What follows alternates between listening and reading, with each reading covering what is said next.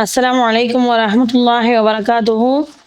எல்லாம் வல்ல அல்லாஹ் தாலாவின் கண்ணியத்திற்குரிய நல்லடியார்களே, நபி ஸல்லல்லாஹு அலைஹி வஸல்லம் அவர்கள் சொல்றாங்க, இரண்டு அருள் கொடைகள் விஷயத்தில் மனிதர்கள் அலட்சியமாக இருக்காங்க. அது என்ன? அதான் ரசூலுல்லாஹ் சொல்றாங்க, நிஅமத்தானி மஅ்னூனுன் ஃபீஹிமா கஸீரும் மினன் நாஸ்.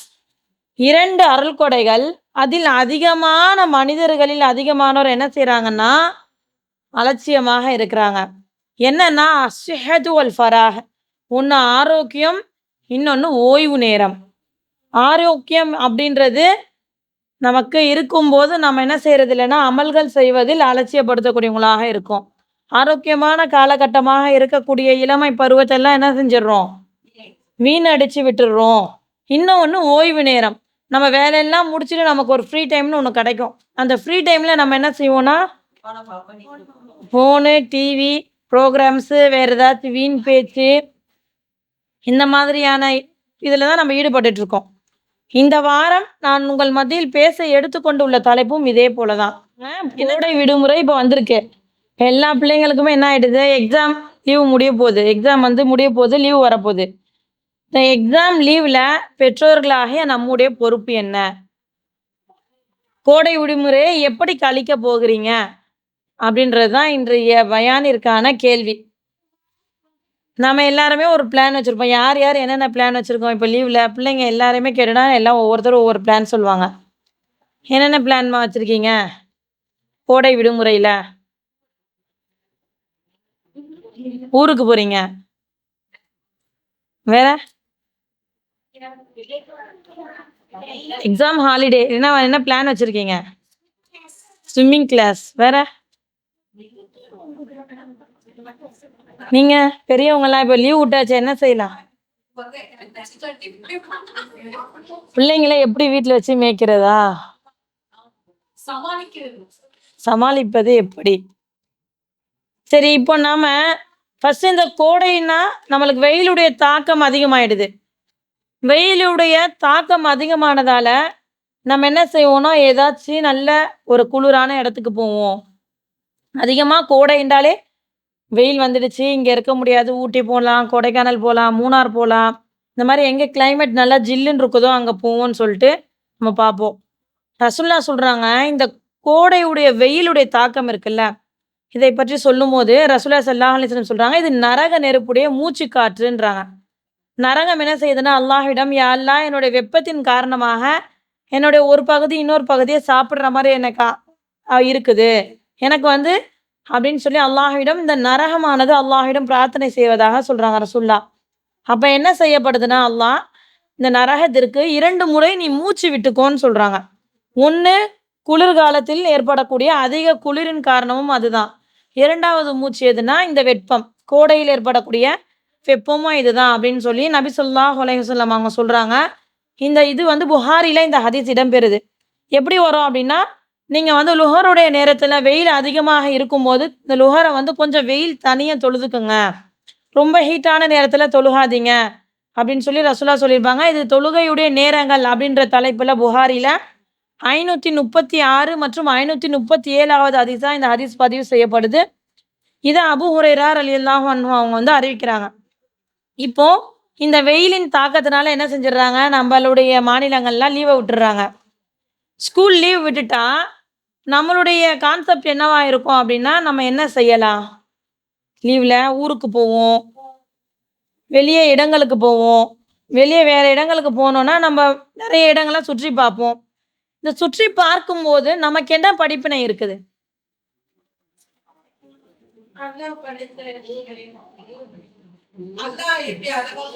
அல்லாஹ் எப்படி அழகா படைச்சிருக்கான் அப்படின்றத சிந்திக்கணும். இப்போ நம்ம ஒரு இடத்துக்கு போகிறோம், இங்கே வெயில் அதிகமாக இருக்குதுன்னு சொல்லி நம்ம மூணாறு, ஊட்டி, கொடைக்கானல் இந்த மாதிரி வேறு ஏதேனும் தேசத்துக்கு போகிறோம், வேறு ஏதோ ஒரு ஊருக்கு போகிறோம், இல்லைன்னா இந்த நாடு விட்டு வேற ஒரு நாட்டுக்கு கூட போகிறோம்.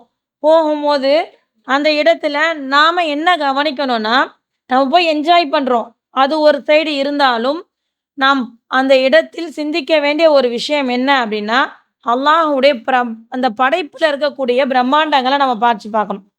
இவ்வளோ அழகா அல்லாஹ் படைச்சிருக்கானே, இதை இந்த அளவுக்கு அழகான முறையில் கரெக்டான முறையில் இதை வந்து வடிவமைத்து இதை சரியான முறையில் ஏங்குறதுக்கான இதை அல்லாஹ் ஏற்படுத்தி கொடுத்துருக்கான்ல, அந்த அல்லாஹுக்கு நம்ம என்ன செய்யணும்? சுபஹானல்லாஹ் எவ்வளோ அழகா இருக்குது அப்படின்ற வார்த்தைகளை நம்ம பயன்படுத்தணும். அல்லாஹுடைய படைப்புடைய பிரம்மாண்டங்களை கண்டு நம்ம என்ன செய்யணும்? நாம அதன் மூலமாக படிப்பினை பெறக்கூடியவங்களாக இருக்கணும். எதையுமே அல்லாஹ் வீணா படைக்கல. இன்னைக்கு உதாரணத்துக்கு பார்த்தோம் அப்படின்னா, நம்ம ஒரு புதுசா ஒரு வீட்டுக்கு போறோம். ஒருத்தர் வந்து புதுமனை கட்டிட்டு நம்மள கூப்பிடுறாங்க வாங்கப்பான்னு. நம்ம போனோம்னு என்ன செய்வோம்? எங்க போய் பார்ப்போம் எப்படி கட்டியிருக்காங்கன்னு எடுத்தோனே.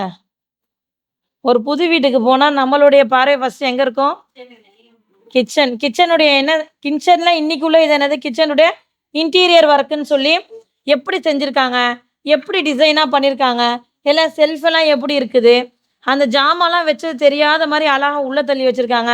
ஃப்ரிட்ஜ எப்படி வச்சிருக்காங்க? ஃப்ரிட்ஜ எப்படி வச்சிருக்காங்க? இப்படி நம்ம என்ன செய்வோம்னா, எல்லா இடத்தையும் பார்ப்போம். செவுரு எப்படி இருக்குது? மேல சீலிங் எப்படி மாடல் பண்ணியிருக்காங்க? இப்படி நாம என்ன செய்வோம்னா, அந்த இடத்துடைய எவ்வளோ அழகா கட்டியிருக்காங்க பாரேன்! எவ்வளோ சூப்பரா இருக்குது. எந்த இன்ஜினியர் கிட்ட கேட்டீங்க? எப்படி கட்டுனீங்க? இப்படின்னு சொல்லி நம்ம என்ன செய்வோம்? அந்த இடத்தை பார்த்து கேட்கக்கூடியவங்களாக இருக்கிறோம். ஆனா, இதை விட அல்லாஹ்வுடைய படைப்பு என்பது எப்படி இருக்கு? அல்லாஹ் வந்து குர்ஆன்ல சொல்றான், இந்த இரவு, பகல் மாறி மாறி வர்றது, சூரியன், சந்திரன் படைச்சிருக்கிறது, இதெல்லாம் உங்களுக்கு அத்தாட்சி இருக்குதுன்னு அல்லாஹ் குர்ஆன்ல பல இடங்கள்ல சொல்லி காட்டுறான். இப்ப நாம் அதையெல்லாம் சிந்திச்சு பார்த்துருக்கோமா? கரெக்டான நேரத்துக்கு நைட்டும் வருது. திருப்பி காலையில விடியுது. அந்த நேரத்துக்கு நமக்கு தேவையான வெளிச்சத்தும் கொடுக்குது. தேவையான மழையும் அல்லாஹ் இறக்கி வைக்கிறான்.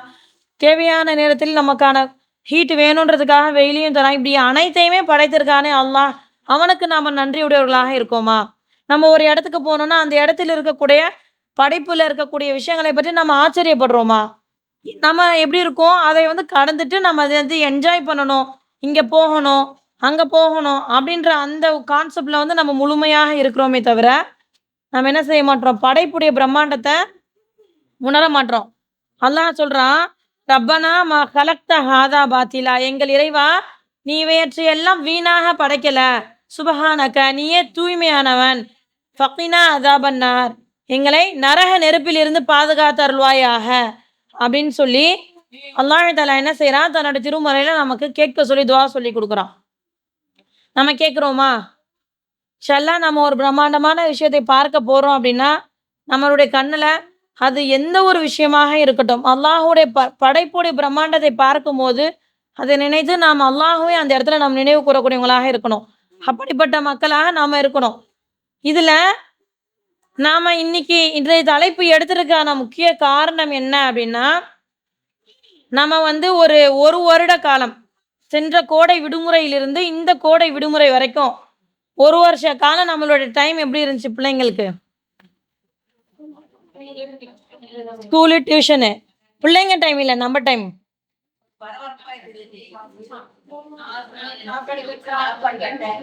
காலையில ஃபஜருக்கு எழுந்துருவோம். லஞ்ச் கட்டி குடுக்கணும். ஃபஜருக்கு எழுந்துருவோம். சாப்பாடு கட்டணும். பிள்ளைங்கள ஸ்கூலுக்கு கிளப்பணும். டிஃபன் குடுக்கணும். ஸ்கூலுக்கு அனுப்பி விடணும்.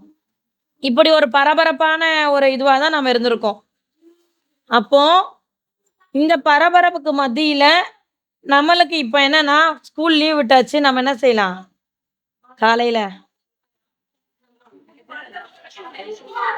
ஃபஜருக்கு எழுந்திருக்கிறது டவுட் ஆயிடும்.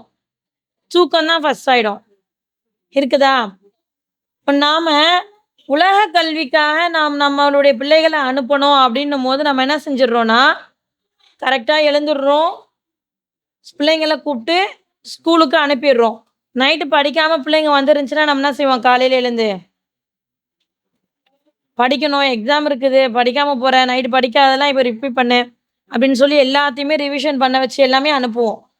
இப்போ நமக்கு இந்த விடுமுறையில நாம ஒரு பாடத்தை படிக்கணும். என்ன அப்படின்னா, ஃபர்ஸ்ட்டு நாம காலையில எழுந்து தூங்குறத நம்ம வந்து ஒரு குறிப்பிட்ட நேரம் தூங்குறோம்னாலும், அதுக்கு மத்தியில நம்ம என்ன செஞ்சுக்கணும் அப்படின்னா, பிள்ளைங்களுக்காக நம்மள ஃபர்ஸ்ட்டு தயார்படுத்தணும்.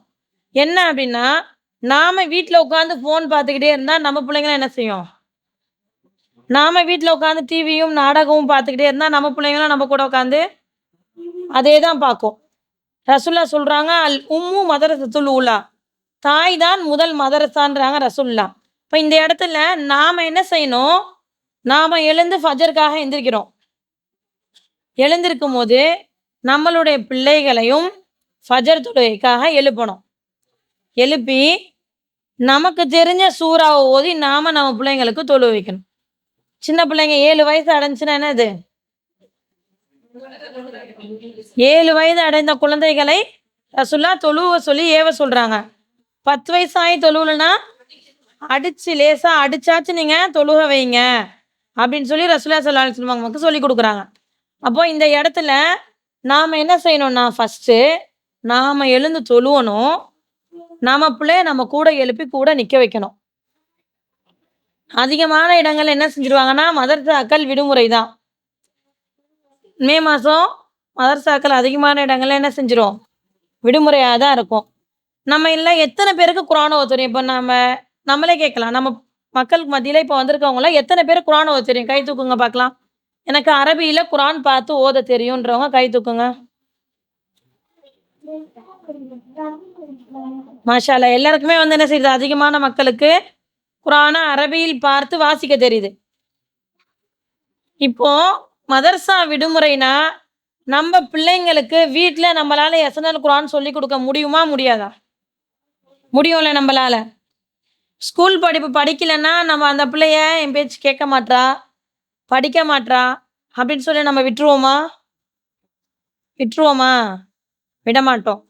அப்ப ஒரு பிள்ளை வந்து மதர்சால போய் ஓதி குடுக்குறாங்க. அவங்களோட கடமையோட முடிஞ்சிருதான்னா? முடியல. யார் மதரசா? யாரு ஃபர்ஸ்ட் டீச்சரா ரசூலுல்லாஹ் சொல்றாங்க? தாயே தான் ரசூலுல்லாஹ் ஃபர்ஸ்ட் டீச்சர்ன்னு சொல்றாங்க. இப்ப இந்த இடத்துல நாம எழுந்து தொழுகும்போது நம்மளுடைய பிள்ளையையும் கூப்பிட்டு நிக்க வச்சு, என் கூட நின்று தொழுகுமா, தொழுதுட்டு வா உட்காந்து குர்ஆன் ஓதலாம். நாம ஓதணும் ஃபர்ஸ்ட்டு. நம்ம கூட உட்காந்து குர்ஆனையும் பிள்ளையும் ஓத வைக்கணும்.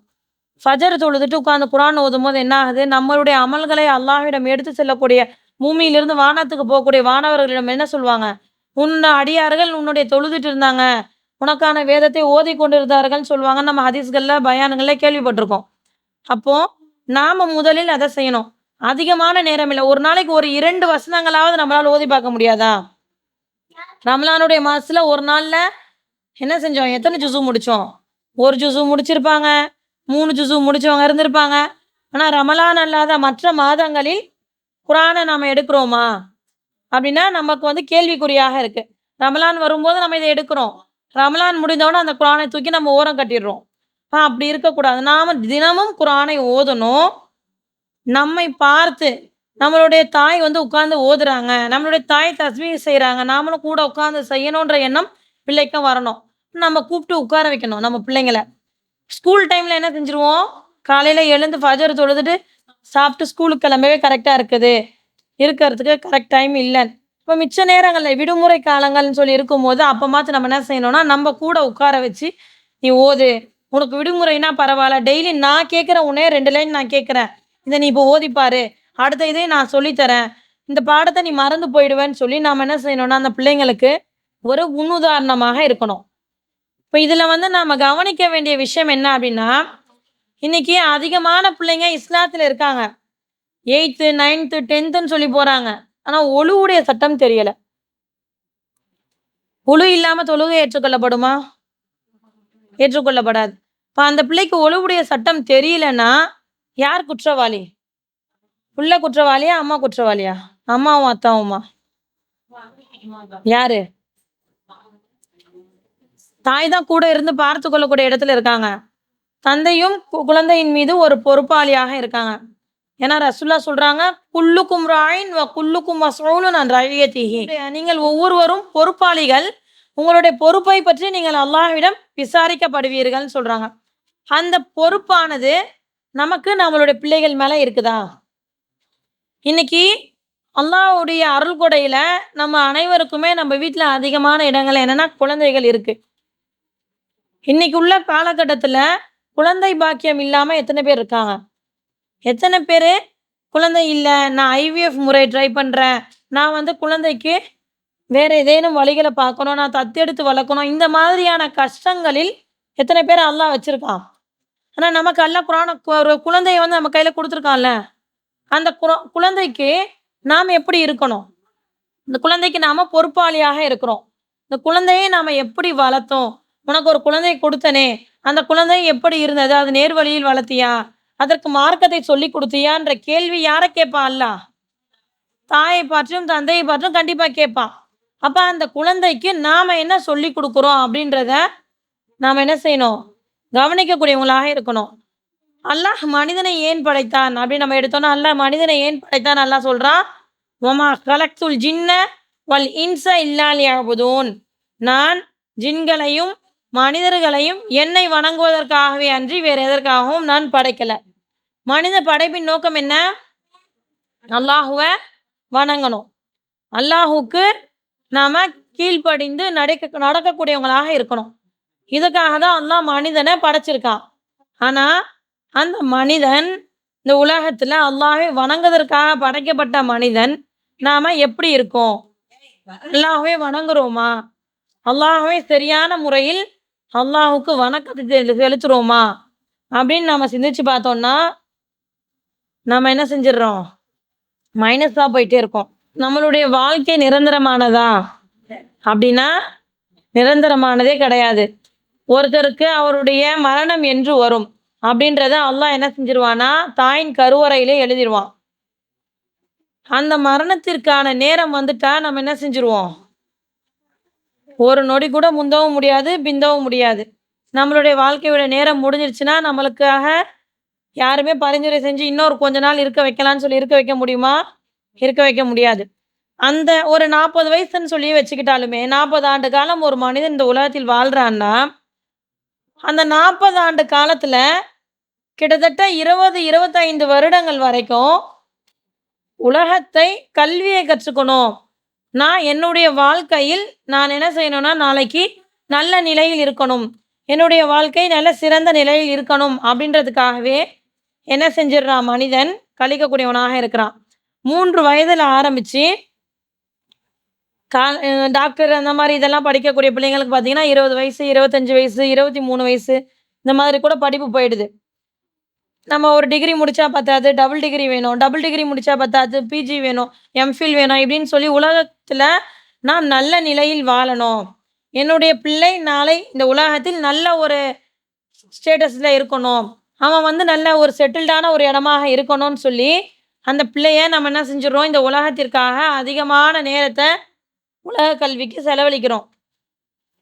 அப்படி செலவழித்து நாம் செய்யக்கூடிய அந்த உலகம் என்பது எத்தனை ஆண்டு காலம்? ஒரு 20 வயசுல முடிச்சா மேக்ஸிமம் 60 வயசுன்னு வச்சா கூட ஒரு 25 வயசுல முடிச்சா எத்தனை வருஷம் பேலன்ஸ் இருக்கு? 30 வருடங்களோ அல்லது 25 வருடங்களோ, அது எத்தனை வருஷம்னு நம்மளால கன்ஃபார்மா சொல்ல முடியுமான்னா, அதுவும் சொல்ல முடியாது.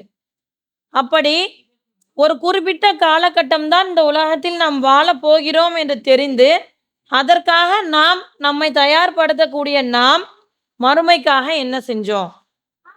மறுமையுடைய வாழ்க்கை எத்தனை நாள்? மறுமையில நாம வந்து 60 வருஷம் வாழப் போறோமா? இல்ல இத்தனை வருடங்கள் தான் நம்ம இந்த மறுமையில வாழ்வோம். ஒரு 50 வருஷம் வாழ்வோம், 60 வருஷம் வாழ்வோம், இல்ல 100 வருடம் வாழ்வோம் அப்படின்னு சொல்ல முடியுமா? சொல்லவே முடியாது.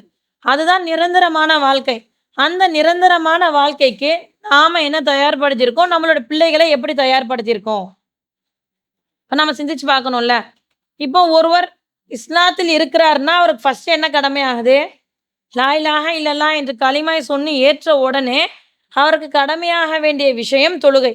இப்ப இந்த தொழுகை பற்றி ரசூலுல்லாஹ் என்ன சொல்றாங்க? முஃமினுக்கும் காஃபிருக்கும் இடையே உள்ள வித்தியாசம் தொழுகை தான். தொழுகை தொழுகாம இருக்கக்கூடியது வந்து என்னது? நிராகரிப்பாளருடைய செயலாக இருக்குது. அப்படின்னு சொல்லி ரசூலுல்லாஹ் சொல்றாங்க. பைனர் ரஜுலி வ பைன ஷிர்கி வல் குஃப்ரி தர்குஸ் ஸலாஹ்.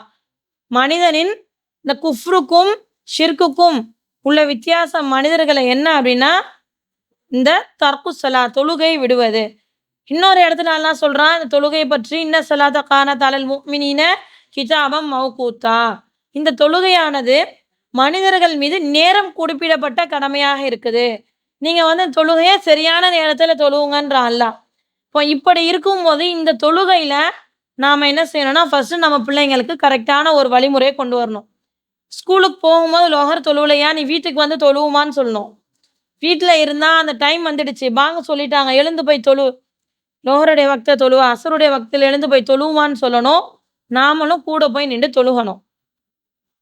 இதுதான் நம்மளுடைய விடுமுறை காலத்துல நம்மளுடைய பயிற்சிகள் என்ன எப்படி இருக்கணும்னா, இதை போன்று இருக்கணும். நம்மளுடைய வாழ்க்கை குர்ஆனோடு ஒத்து போனதாக. அல்லாஹ் இத குர்ஆன்ல இப்படி தடுத்திருக்காமா? இந்த விஷயத்த செய்யக்கூடாது. இந்த விஷயத்த ரசூலுல்லாஹ் வந்து இந்த மாரி செய்ய சொல்லிக் குடுத்துருக்காங்கம்மா. இத போன்று தான் இத செய்யணும்.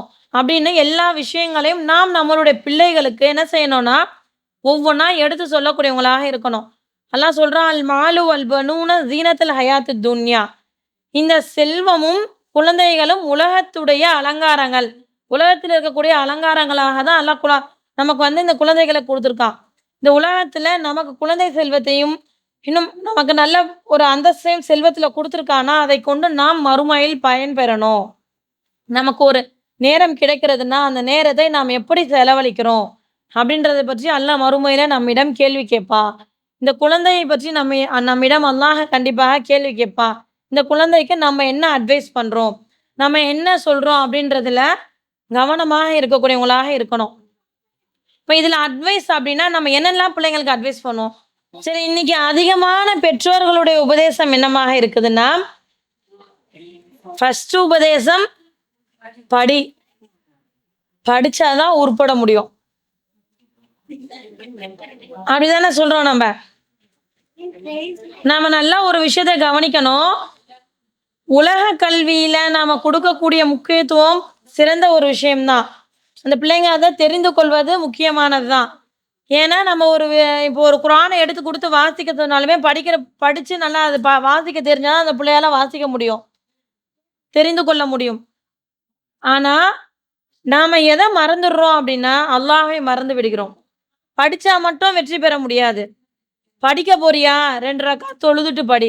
காலையில ஃபஜர்ல அந்த பிள்ளை எழுந்து பப்ளிக் எக்ஸாம்க்காக படிக்கும்போது, நாம என்ன செய்யணும்னா, ஃபர்ஸ்ட் நீ ஃபஜர தொழு.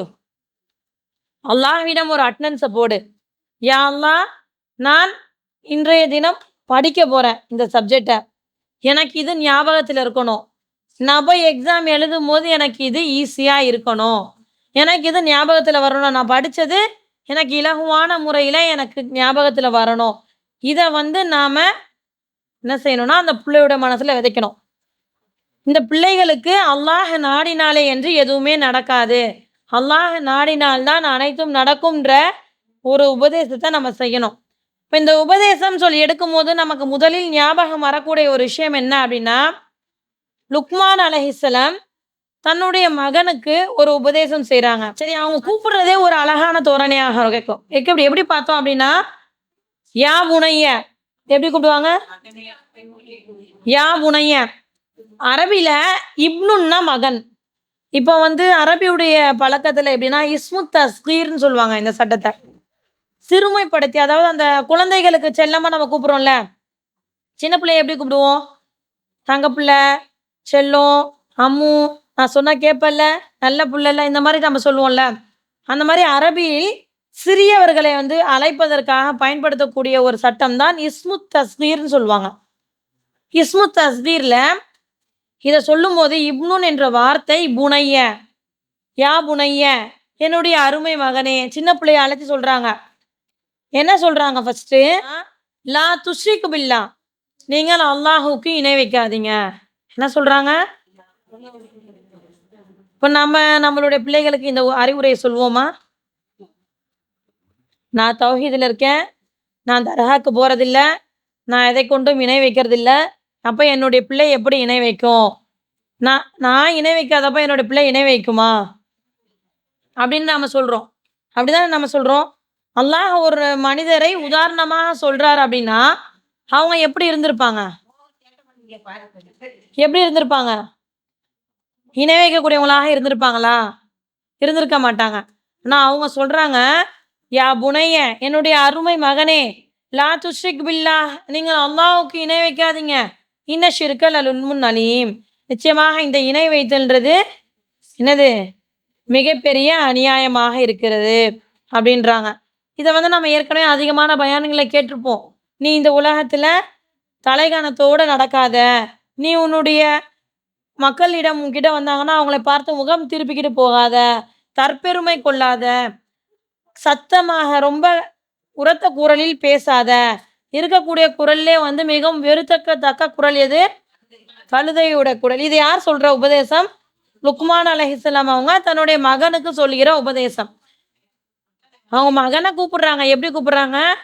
யா புனைய, என்னுடைய அருமை மகனே அப்படின்னு கூப்பிட்டு சொல்றாங்க.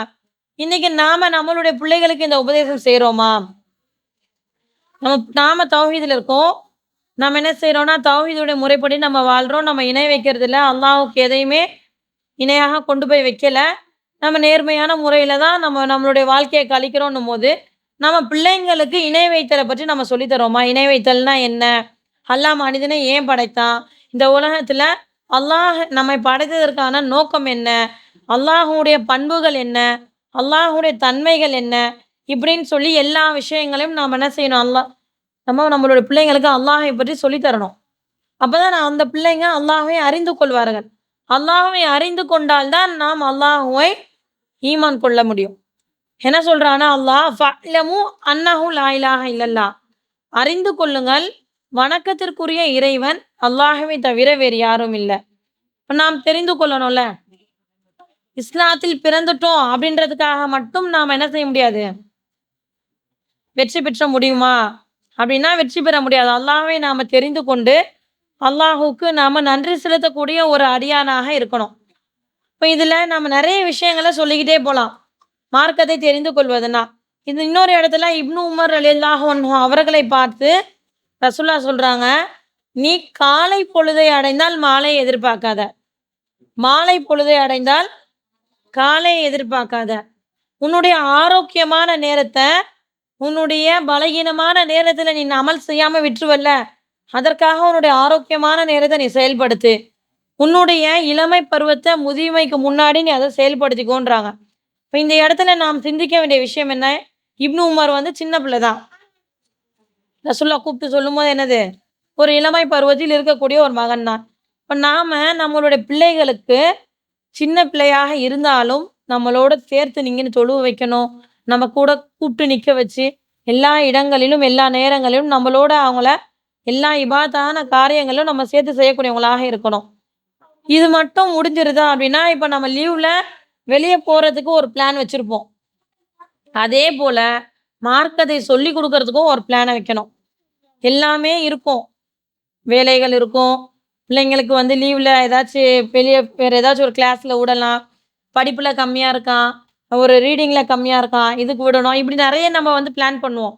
இது அனைத்துக்கும் மத்தியிலுமே நம்ம என்ன செய்யணும்னா, அல்லாஹ்வை பற்றி அறிந்து கொள்வதற்கான கல்வி எங்க கிடைக்குது?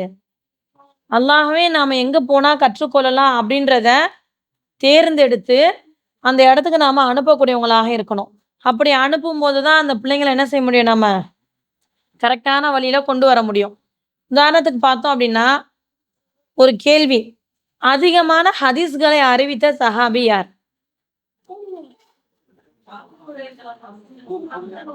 அபூ ஹுரைரா. அபூ ஹுரைரா ரலியல்லாஹு அன்ஹு. இவங்க அதிகமான ஹதீஸ்கள அறிவிச்சிருக்காங்கன்னு சொல்லி நம்ம சொல்றோம். இத தான் அன்றைய தினத்திலும் மக்கள் பேசிக்கிட்டாங்க. புகாரில 2047வது ஹதீஸா இந்த ஹதீஸ் பதிவு செய்யப்படுது. என்ன அப்படின்னா, அபூ ஹுரைரா ரலியல்லாஹு அன்ஹு சொல்றாங்க, இந்த அபூ ஹுரைரா அதிகமான ஹதீஸ்கள் அறிவித்ததாக என்ன செய்றாங்க? மக்கள் எல்லாம் பேசுறாங்க.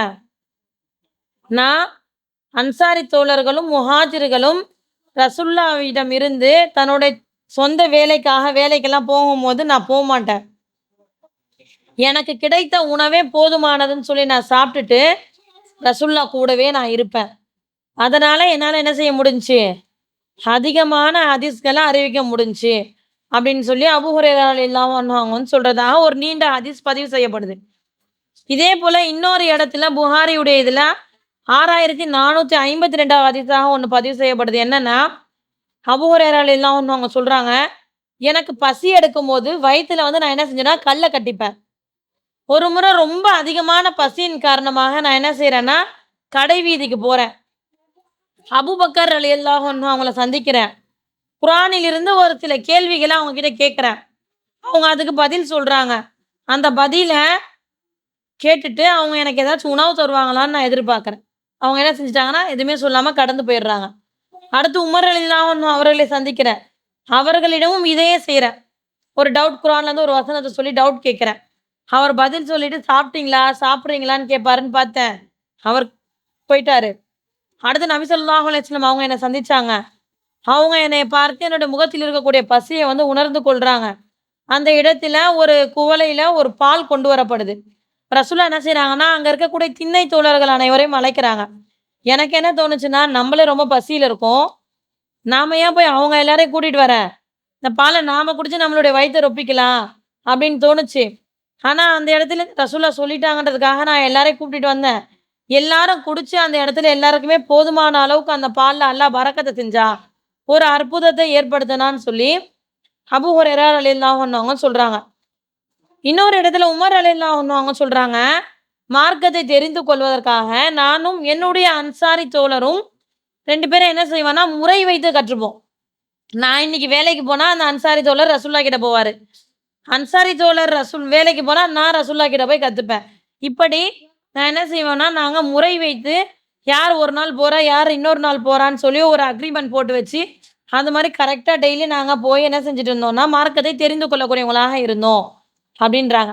இப்ப இந்த இடத்துல நாம சிந்திக்க வேண்டிய விஷயம் என்ன அப்படின்னா, ஒரு 20 வருடங்களுக்கு, 10 வருடங்களுக்கு முன்னாடி உள்ள மக்கள கேட்டா, ஒரு புகாரிலேருந்து ஒரு ஹதீஸ் எடுத்து தாங்கம்மா. இந்த நம்பர் இருக்கு. இந்த புகாரி எடுங்கன்னா, அவங்க என்ன செய்யணும்னா, புக்க எடுக்கணும். புகாரி எடுத்து, அதுலேருந்து அந்த ஹதீஸ் நம்பர் எடுத்து தேடி கொண்டு வந்து வைக்கணும். அதுக்கப்புறம் என்ன ஆச்சுன்னா, அது ஒரு ஆப்பா கன்வெர்ட் ஆச்சு. புகாரி ஆப் இருந்துச்சு. அந்த ஆப்ல தேடுனா வரும். கூகுள்ல போட்டா வரும். அத எடுத்து அந்த ஆப்க்குள்ள போய் அந்த நம்பர தேடி எடுக்கிறதா இருந்துச்சு. இப்போ இன்னும் அப்டேட் ஆயிடுச்சு என்னன்னா, ஜெமினி, சாட் ஜிபிடி ஒரு பயானுக்கான இது எடுக்கணும். ஒரு ஹதீஸான குறிப்பு நம்பர் எடுக்கணும்னா, இன்னும் ஈஸியா ஏஐ மூலியமா நம்ம என்ன செஞ்சுடுறோம், எடுக்கக்கூடியவங்களாக இருக்கோம். இப்படி நமக்கு எல்லாமே இலகுவாகியும் நம்மளுடைய மனசு எப்படி இருக்கு? எல்லாமே இலகுவா இருக்கு. ஆனா நம்மகிட்ட என்ன இருக்கு? கத்துக்கணுன்ற எண்ணம் வருதா? நம்ம என்ன செஞ்சுர்றோம், என்கிட்ட எங்க நேரம் இருக்கு? என் ஸ்கூல்னா காலையில எந்திரிச்சு சாப்பாடு செய்றேன், ஸ்கூலுக்கு அனுப்புறேன், துணிய துவைக்கிறேன், ஜாமான கழுவுறேன், வீட்ட பார்க்குறேன், முடிஞ்சிருது. ஸ்கூல் லீவா இந்த பிள்ளைங்க கூட அழ குடுக்கவே டைம் முடிஞ்சிருது. காலையில எழுந்து நம்ம சாப்பாடு செய்ற வேலை இருக்கா நம்மளுக்கு ஸ்கூல் லீவ்ல? அறக்க பறக்க காலையில எழுந்து டிஃபன் செஞ்சு, பிள்ளைங்கள அனுப்பி சாப்பாடு செஞ்சு, அந்த வேலை இல்ல. பொறுமையா செய்றோம். ஆனா நாம என்ன செஞ்சுர்றோம் அந்த இடத்துலயும்? நமக்கு அந்த ஓய்வு நேரம்ன்றது நம்மளுடைய எண்ணத்துல வரவே மாட்டேன்து. நம்முடைய உள்ளம் என்ன ஆயிடுதுன்னா, நம்ம எப்பவுமே பிஸியாவே இருக்கிறோம். நம்மளுக்கு டைமே இல்லன்ற ஒரு எண்ணத்த ஷைத்தான் போட்டுர்றான். ஆனா நமக்கு எல்லாமே இலகுவா கிடைச்சிருச்சு. அன்னைக்கு மாரி உணவு இல்லாம, வேலைக்கு போகாம, டைமு வேலைக்கு போற நேரத்த ஒதுக்கி, ஒரு நாள் நான் போய் கத்துக்கிட்டேன். அந்த ஒரு நாள் கத்துக்கிட்டதெல்லாம் எனக்கு அனைத்தையுமே நான் தெரிந்து கொள்ள முடியும்ன்ற சூழ்நிலை இருக்கா இன்னைக்குன்னா? கிடையாது. ஆனா நாம நம்மளுடைய ஓய்வு நேரத்த பயனுள்ளதாக நாம முதல்ல வைக்கணும். வீட்டில் இருக்கக்கூடிய தாய்மார்கள் என்ன செய்யணும்னா, நம்மளுடைய நேரத்த பயனுள்ளதாக, கரெக்ட்டா அல்லாஹ்வுடைய பாங்கு கேட்கப்படும்போது, அல்லாஹ்வுடைய அழைப்பு எனக்கு வந்துடுச்சுன்னு சொல்லி, எந்த வேலை இருந்தாலும் விட்டுட்டு ஃபர்ஸ்ட்டு தொழுகைக்கு முக்கியத்துவம் கொடுக்கக்கூடியவங்களாக இருக்கணும். சரியான முறையில குர்ஆனை ஓதக்கூடியவங்களாகவும் இருக்கணும். அதே நேரத்துக்கு குர்ஆனுடைய மொழியை நம்ம வந்து தெரிந்து கொள்ளணும். குர்ஆன்ல அல்லாஹ் என்ன சொல்றான்ற அந்த மொழிபெயர்ப்பை நாம தெரிந்து கொள்ளக்கூடியவங்களாக இருக்கணும். நம்மளுடைய பிள்ளைகளையும் அதன் வழியில் கரெக்ட்டா அந்த பிள்ளைங்கள என்ன செய்யணும்னா, இது சரி, இது தப்பு, இப்படி நீ செய்யணும் அப்படின்ற அனைத்து வழிகாட்டுதலையும் குடுக்கணும். அதே நேரத்துக்கு அதற்கான வழி எங்க இருக்குது? எங்க அத சொல்லி தராங்கன்றத தேடி, சரியான இடத்தில் நம்ம பிள்ளைங்கள கொண்டு போய் சேர்க்கக்கூடியவங்களாக இருக்கணும். இன்னைக்கு ஒரு பிள்ளைக்கு 3 வயசு ஆச்சுன்னா, நம்ம சேர்க்கிற ஸ்கூல் எப்படி இருக்கு? என்ன பார்ப்போம் ஸ்கூலுக்கு? ஃபர்ஸ்ட்டு சொல்லுங்க பார்க்கலாம். 3 வயசுல ஒரு பிள்ளைய கூட்டிட்டு போய் ஸ்கூல்ல சேர்க்க போறோம் எல்கேஜிக்கு. என்னென்ன தகுதி அந்த ஸ்கூலுக்கு இருக்கணும்? ஸ்கூல் நீட்டா இருக்கணும். வேற? கோச்சிங் நல்லா இருக்குதா? கிரவுண்ட் இருக்குதா பிள்ளைங்க விளையாடுறதுக்கு? அப்புறம்? நல்ல படிப்பு சொல்லி தருவாங்களா? இது எல்லாத்தையும் பார்த்து கடைசியா தான் நம்ம ஒரு விஷயத்த பார்ப்போம் ஃபீஸு. கரெக்ட்டா? பிள்ளைங்கன்னு படிப்புன்னு எடுக்கும்போது, முதல்ல நாம் பார்க்கதெல்லாம் பார்த்து முடிச்சுட்டு கடைசியில ஃபீஸ பார்ப்போம். எவ்வளோ இருந்தா என்ன? கடன வாங்கியாச்சு என்ன செஞ்சிரணும்? பிள்ளைய சேர்த்து படிக்க வச்சிடணும். அல்ஹம்துலில்லாஹ். மதர்சால சேர்க்கணும். என்ன ரூல்ஸ் நம்ம பார்ப்போம். இப்போ ஒரு மதர்சாக்கு நீங்க உங்க பிள்ளைங்கள அனுப்புறீங்க. நீங்க அனுப்பக்கூடிய மதர்சாவில் நீங்கள் பார்க்கக்கூடிய ரூல்ஸ் என்ன? ஸ்கூலுக்கு இத்தனை ரூல்ஸ் சொன்னீங்களா? ஸ்கூல் நீட்டா இருக்கா? ஸ்கூல்ல வந்து டீச்சிங் எப்படி இருக்குது? அங்க வந்து அங்க இருக்கக்கூடிய என்விரான்மென்ட் எப்படி இருக்குது? எல்லாமே நம்ம பார்ப்போம்ன்னு சொன்னீங்க. மதர்சாக்கு அனுப்பணும். மார்க்க கல்விய அந்த பிள்ளை கற்றுக்கணும். என்ன ரூல்ஸ் பார்ப்பீங்க? வீடு கிட்ட இருந்தா போதும். ஸ்கூலுக்கு போற டைம் செட் ஆகுமா? நாம மதர்சாக்கு அனுப்புறோம் அப்படின்னா, என்ன ஃபர்ஸ்ட் பார்க்குறோம்னா, மார்க்கத்தை சரியான முறையில் சொல்லி தராங்களா? நாம போற இடத்துல இப்ப ஸ்கூலுக்கு எப்படி டீச்சிங் சரியா இருக்குதான்னு பார்க்குறோமோ, அதே போல மார்க்கத்த சொல்லி தரதுல கரெக்ட்டா இருக்காங்களா? சஹீஹானது தான் சொல்லி தராங்களா? ரசூலுல்லாஹ் சொல்லிக் குடுத்த நடைமுறைப்படி நம்ம புள்ள தொழுவணும்னா, ரசூலுல்லாஹ் சொல்லிக் குடுத்த நடைமுறைப்படி தான் அந்த மதரசால சொல்லி தராங்களா? தூரத்த நம்ம பார்க்குறோம். வீட்டுக்கு பக்கத்துல இருக்கிற ஸ்கூலையா சேர்க்கிறோம்? எத்தனை கிலோமீட்டர் தாண்டி இருந்தாலும் சேர்க்கிறோம். எவ்வளோ தூரத்துலேருந்து வேன் வந்தாலும் சேர்க்கிறோம். பஸ் புடிச்சு பிள்ளைங்க போகுது. ஆனா மதரசான்னு வரும்போது வீட்டு பக்கத்துல இருக்க ஏதோ ஒண்ணு சொல்லிக் குடுத்தா போதும். போயிட்டு வா. முடிஞ்சிருச்சு. அப்படிதான் நம்ம பார்க்குறோம். இப்ப நாம மார்க்கத்திற்கு முக்கியத்துவம் குடுக்கணும். உலகத்துல வாழக்கூடிய காலகட்டம் ரொம்ப குறைவான காலகட்டம். இந்த காலகட்டத்திற்காக நாம் மெனக்கெடக்கூடிய அந்த மெனக்கெடல்ன்றது ரொம்ப அதிகமா இருக்கு. ஆனா நிரந்தரமான வாழ்க்கைக்கு நம்மளுடைய பிள்ளைகளை நாம் எப்படி தயார்படுத்துறோம்? நம்மளுடைய பிள்ளைகளுக்கு எப்படி மார்க்கத்தை சொல்லி தர்றோம்? ஸ்கூல் படிப்புல பார்த்தோம்னா, என் பிள்ளை இங்கிலீஷ் பேச தெரியல, இங்கிலீஷ் பார்த்து வாசிக்க தெரியல, தமிழ் பார்த்து வாசிக்க தெரியல அப்படின்னு சொல்லிலாம் நம்ம ஃபீல் பண்ணுவோம். ஆனா அதே பிள்ளை 10th முடிச்சிருக்கோம், +2 முடிச்சிருக்கோம், குரான் ஓத தெரியல. ஃபீல் பண்ணுவோமா? ஃபீல் பண்றோமா? நம்மளுடைய மனசாட்சிய நம்ம கேட்டு பார்க்கணும். என் பிள்ளைக்கு குரான் ஓத தெரியணும் அப்படின்றதுக்காக, சின்ன பிள்ளையில எல்கேஜி, யுகேஜிக்கு கூட்டிட்டு போய் விட்டுட்டு, அந்த பிள்ளைக்கு போனிக் ட்ரில் தெரியல. இங்கிலீஷ வந்து எப்படி சொல்லணும்னு தெரியல. ஸ்கூல்ல வெறும் ஏபிசிடின்னு சொல்லிக் குடுத்துட்டாங்க. போனிக் ட்ரில் தெரியல. அதற்காக லீவ்ல கூட்டிட்டு போய் டியூஷன் விடக்கூடிய நாம, பிள்ளைக்கு அரபி ஓத தெரியணும், படிக்க தெரியணும், வீட்டிலிருந்து வெளிய போனா என்ன துவா சொல்லிட்டு போணும்னு தெரியணும். அல்லாஹ்வுடைய பாதுகாவல் எப்போ வரும்? வீட்லருந்து வெளிய போனா துவா சொல்லிட்டு போனா தானே அல்லாஹ்வுடைய பாதுகாப்பு கிடைக்கும். இரவு தூங்க செல்லும்போது அல்லாஹ்விடம் துவா செஞ்சுட்டு படுத்தா தானே அல்லாஹ்வுடைய பாதுகாப்பு நமக்கு கிடைக்கும். அல்லாஹ்வை நாம் நினைவு கூறணும். எல்லா நேரங்களிலும் பிஸ்மில்லா சொல்லி சாப்பிடணும். பிஸ்மில்லா சொல்லி வலது கையால சாப்பிடணும். பிஸ்மில்லா சொல்லாம சாப்பிட்டா நம்மோட யார் அமர்ந்து சாப்பிடுறா? அப்ப இந்த விஷயங்கள நம்ம பிள்ளைகள் சொல்லி தரோமா? சாப்பாடு குடுக்கும்போது, தண்ணிய குடுக்கும்போது பிஸ்மில்லா சொல்லிட்டு குடி. பிஸ்மில்லா சொல்லிட்டு சாப்பிடு. இப்படின்னு சொல்லி நம்ம முக்கியத்துவம் குடுக்குறோமா அப்படின்னா, நாம தான் வந்து நம்மளை சிந்தித்து பார்க்கக்கூடியவங்களாக இருக்கணும். அப்ப நாம அத செய்யாம இருந்தோம்னா, நாம் குற்றவாளிகள். அந்த பிள்ளை நாளை வழி தவறி போனால், அந்த பிள்ளை தவறான வழிக்கு போனா, அந்த பிள்ளையிடமிருந்து நமக்கு என்னது? அல்லாஹ்விடம் நாம குற்றவாளியாக போய் நிப்போம். ரசூலுல்லாஹ் சொல்றாங்க, நம்ம மௌத்தா போயிட்டாலும் 3 செயல்கள் நம்மளுக்கு வந்துகிட்டே இருக்கும். நம்ம மௌத்தா போனதுக்கு அப்புறமாவும். என்னென்ன அப்படின்னா, என்னென்ன இருக்கும்? சதகத்துல் ஜாரியா நிலையான தர்மம். 2வது பயன் தரக்கூடிய கல்வி. நாம சொல்லிக் குடுத்துட்டு போறோமா ஒருத்தவங்களுக்கு? பயன் தரக்கூடிய கல்விய சொல்லிக் குடுத்துட்டு போனோம்னா, அந்த கல்வி இன்னொருத்தர் பயன்படுவார். அதன் மூலமா இன்னொருத்தர் பயன்பெறுவார். இப்படிப்பட்ட பயன் தரக்கூடிய கல்வி. 3வது சாலிஹான குழந்தைகள். எப்படிப்பட்ட குழந்தைகள்னா, பெற்றோருக்காக துஆ செய்யக்கூடிய குழந்தைகள். ரப்பனா, என்னுடைய இறைவா, என்னுடைய பெற்றோர்கள் சிறிய வயதில எப்படி பார்த்துக்கிட்டாங்களோ, அவங்க என் மேல எப்படி அன்பா, கிருபையாக இருந்தாங்களோ, அதே போல அவங்களுக்கு நீ வந்து என்ன செய்யு? கிருபை செய்யி. அவர்கள் மீது அருள் புரி. ரப்பிர்ஹம்ஹுமா கமா ரப்பயானி சகீரா. இன்னொரு இடத்துல சொல்றான் அல்லாஹ், ரப்பனா அக்ஃபிர்லி வலி வாலிதைய வல் முஃமினீன யௌம யகூமுல் ஹிசாப். இறைவா, என்னையும் என்னுடைய பெற்றோர்களையும் உலக மக்கள் அனைவரையும் கேள்வி கேட்கக்கூடிய அந்த நாள்ல நீ மன்னித்தருள்வாயாக. இப்படி பெற்றோருக்காக கேட்கக்கூடிய அந்த துஆவானது என்ன செய்யும்? போய்க்கிட்டே இருக்கும். இப்ப நம்ம சிந்திச்சு பார்க்கணும். நம்ம அத வந்து சீர்திருத்தி செய்யக்கூடியவங்களாக இருக்கணும். நம்மளுடைய பிள்ளைகள நமக்காக துஆ செய்யக்கூடிய சாலிஹான பிள்ளைகளா வளர்க்க போறோமா? இல்ல அந்த பிள்ளைகள் மூலமாக நாம் அல்லாஹ்விடம் குற்றவாளிகளாக நிற்க போறோமா? நம் மீது உள்ள கடமை என்ன? பிள்ளைகளுக்கு மார்க்கத்தை சொல்லி கொடுத்து சாலிகான முறையில் வளர்ப்பது. அதை தாண்டி அந்த பிள்ளை தவறான விஷயத்திற்கு போறாங்க அப்படின்னா, நாம் அதை தடுத்து அதை சரிப்படுத்த வேண்டிய பொறுப்பும் நம்ம கிட்ட இருக்குது. நாமளே என்ன செஞ்சுறோம், மார்க்கத்தை சொல்லி கொடுக்காம விடக்கூடியவங்களாக இல்லாம, சரியான முறையில பிள்ளைகளை வளர்த்து, அல்லாஹ்விடம் நம்ம என்ன செய்யணும்? மறுமையில் நம்மளிடம் அல்லாஹ் கேள்வி கேட்கும்போது, "உன்னுடைய பிள்ளைங்களை எப்படி வளர்த்த?" அப்படின்ற கேள்வி வரும்போது, "நான் சாலிகான முறையில் தான் வளர்த்தேன்." அப்படின்ற அந்த ஒரு பதிலை சொல்லக்கூடியவங்களாக நம்மளை அல்லாஹ் மாற்றணும்.